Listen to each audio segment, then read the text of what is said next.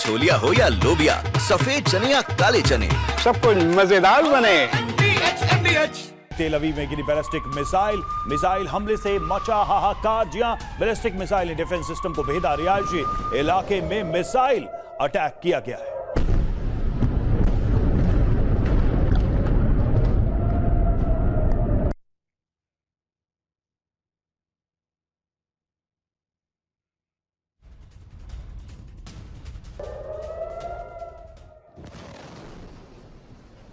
और हमारे साथ हमारे दो मेहमान इस वक्त जुड़े हुए हैं। मेजर जनरल अनुज माथुर, रक्षा विशेषज्ञ हमारे साथ हैं।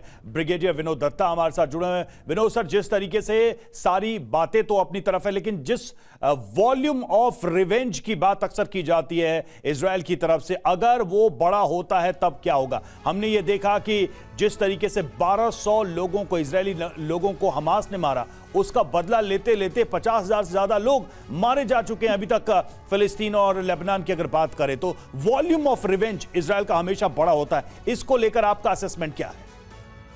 देखिए, जिस तरह से ईरान, मतलब जो इजराइल की रिपोर्ट है वो ये कहती है कि ईरान हमास या जो ट्रिपल एच है, हमास, हूती और हिजबुल्ला, उन सबको मदद कर रहा है और इजराइल के खिलाफ वो इस सामरिक शक्ति या जो उसको मॉरल सपोर्ट दिया जा रहा है वो इजराइल की तरफ डायरेक्टेड है।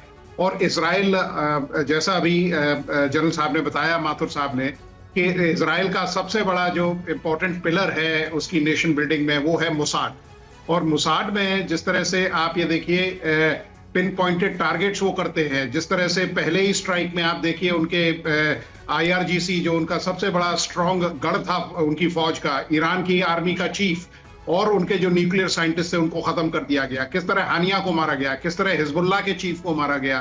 तो ये बताता है कि इजराइल कोई भी चीज जल्दबाजी में नहीं करता, वो अपनी इंटेलिजेंस इकट्ठी करता है और हार्ड इंटेलिजेंस पे काम करता है, लेकिन जो भी उसके अटैक्स हैं वो अपनी चूजिंग के होते हैं।